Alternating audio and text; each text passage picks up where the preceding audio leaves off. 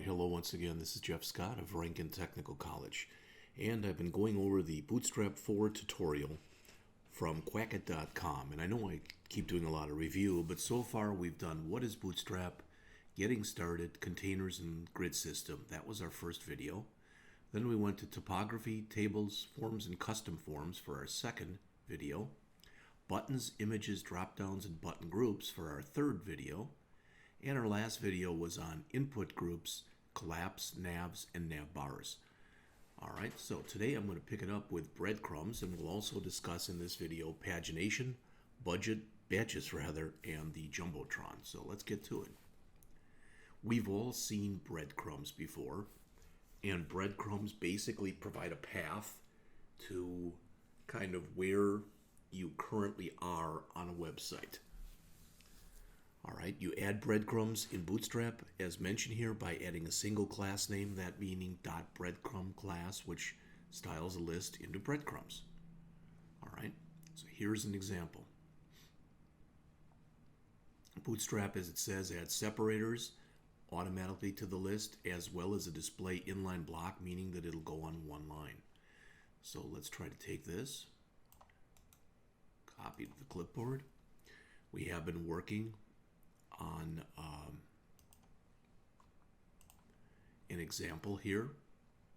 Okay, and let's see, you got our nav bars, link 1, link 2, link 3, you've got some space there, that's all fine. Let's put the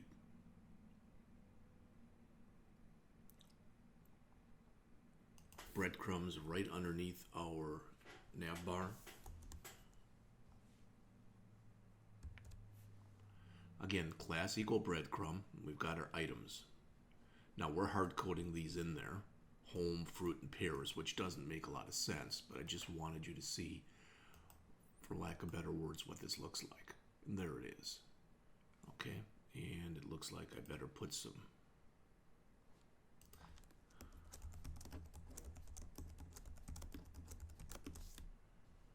open up some space after that. And it's still not giving it to me. I think it's because I needed to put this in a different area. All right, this isn't that important. The important fact is we do have the navigation there via the breadcrumbs. This is a learning process, and as I'm sure you realize, it's a learning process for me as well. I was used to doing things in a certain way in Bootstrap 3. Some of them have changed, and to be honest with you, I don't have a boatload of experience doing this. Most of it is off the top of my head or watching videos or whatever. So to create a breadcrumb, as you said, or as you saw, I should say, we added the breadcrumb class to our UL. We added the breadcrumb items to each LI. All right, so there was the class. There was the breadcrumb class, the breadcrumb item classes.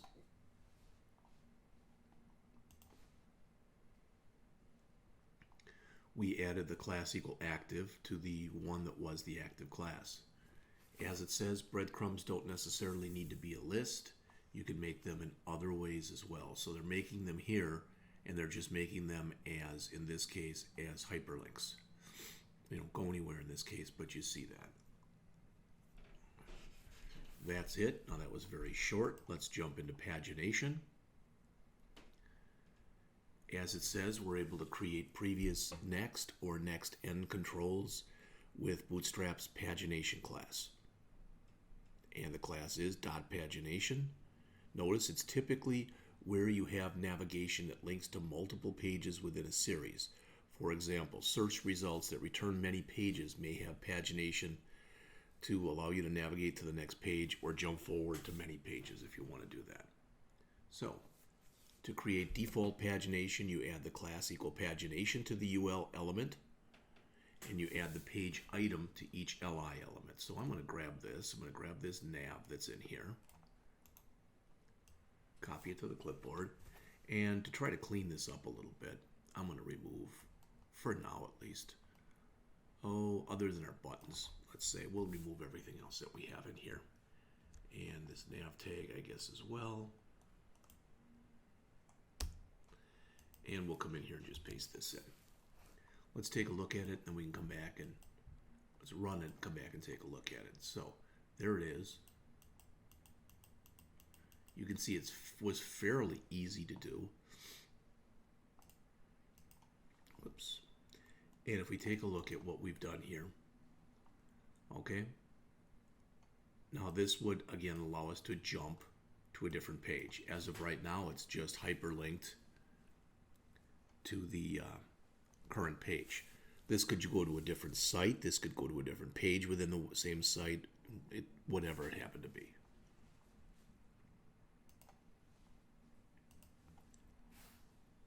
So again, that's what you saw. The active state.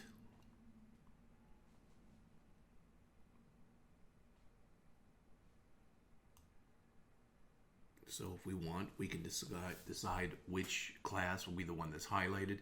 And you see that right here, page item active.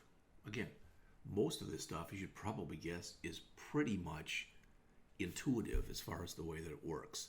We can disable a class. So you'll notice that 4 now, which before was highlighted, is now disabled. So instead of active as we saw previously, it's disabled in here. Pagination size, notice we can make it large or we can make it small. And if we look at the difference between these, I think this is the default.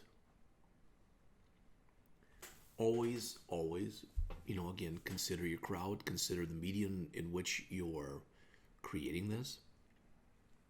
If I know that the majority of the people using this are going to be on cell phones, of course I'm going to have that smaller size in there. All right. If I know that many of the people who use this site for whatever reason, maybe they're the elderly and they're going to be using laptops and desktops, I might want to use a larger one. But again, I might want to be able to scale. All right, let's jump into badges.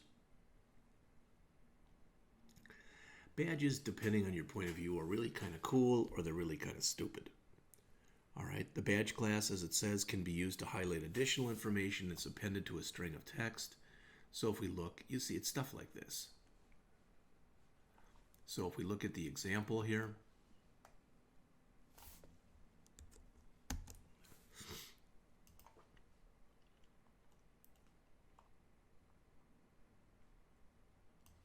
get rid of all this UL info that we have here. Let's get rid of the nav and just paste that in. All right, so it's class as badge and we're just using the default. And you can see we get the word new and you can see the way that it looks.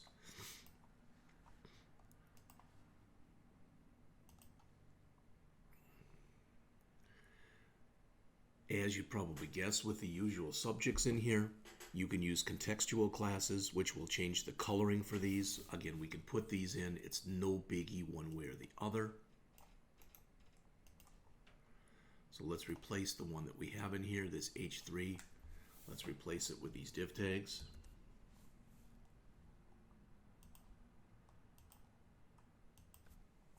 Okay, and there they are. We can blow this up so you can see it a little better. There you go. All right, again, would you want to do that? The point is not that at all. The point is that's another thing that's available to you if you have an interest in it. All right, you can also have pills with the badges.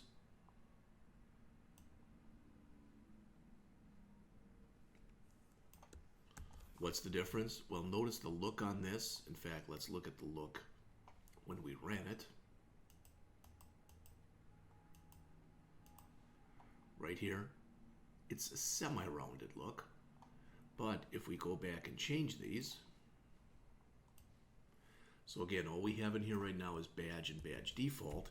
Now we're having badge pill, default, primary, etc. But it's badge pill is the big thing here. And again, look at it, refresh, and you can see it's much more rounded looking now. All right. To me, a lot of this stuff, maybe it's a good analogy, maybe it's not. I equate these to ties, men's ties or women's ties, doesn't matter. But Remember years ago I was going to throw a tie out, and my wife said, "Why are you throwing that out?" And I said, "It's wide. It's never going to come back in style." She said, "Keep it. It'll come back in style." Just like wide ties, narrow ties, etc. Well, rounded buttons, not so rounded buttons, etc. It just changes with the times. And that's it. So I believe we have now in this section, we discussed breadcrumbs, paginations, and badges. I guess that's 3. So let's go in and do breadcrumbs, paginations, badges. Let's do the Jumbotron. All right, then we're finished. Remember, the Jumbotron is by default the way that you typically see. All right, the way that stuff will look at the front of your site. So as it says, draw major attention with a Bootstrap Jumbotron, ideal for marketing messages and for calls to action. So let's just use a simple one here. So I'm going to literally remove everything, except I'll keep those buttons. I kind of like a little bit of content in there. So I'll keep those buttons that we have down toward the bottom, and I'll go in and add. So again, we've got our div class equal container. And then we've got our Jumbotron. I don't know if you agree with this, but again, notice that by me going in here and just doing a little bit of tabbing, I make this so much easier to realize what's with what. All right, really this whole thing should be inside of that div, that container div. Whoops, so I should have done all of this.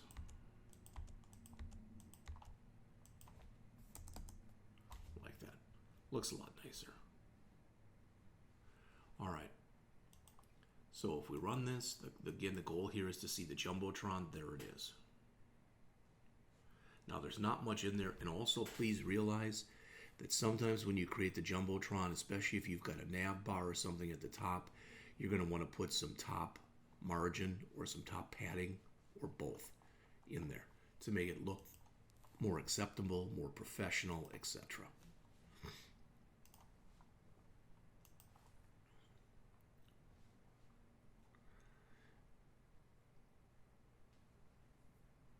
If you use Jumbotron Fluid, it's going to take up the whole screen. So we should be able to just come back into the example we have here and change that to Jumbotron Fluid. And again, we should immediately be able to see the difference, see how it doesn't go off to the side. And now it does. All right, we seem to have lost our coloring in here also, so we have to add that back. Again, it's not that big a thing. In fact, let's use their example.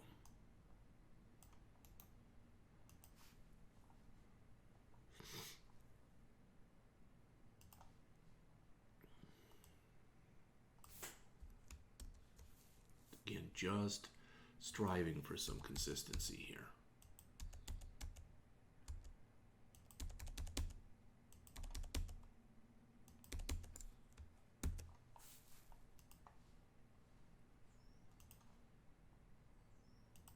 There, the coloring's back, and we don't have the fluidness, but I don't know why. Jumbotron Fluid. Not sure why that is not working right now.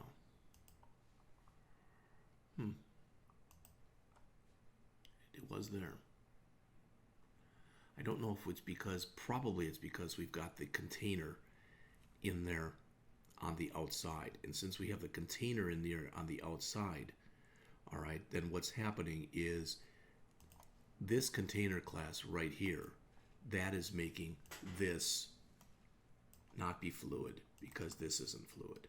So I think if we came back here and added dash fluid to this, probably, it would look the way we wanted it to look. And there you go. All right. Again, please take a look in here and realize that quite often in here what the author does is goes in and talks about the differences between Bootstrap 4, which is the newest one that's coming out, and Bootstrap 3. All right, so we've come to the end now. So we've hit on about 20 of these 32. And we just finished up with a Jumbotron. So we're going to go in next into alerts, modals, progress bars, and media objects. And I'll be back with that shortly.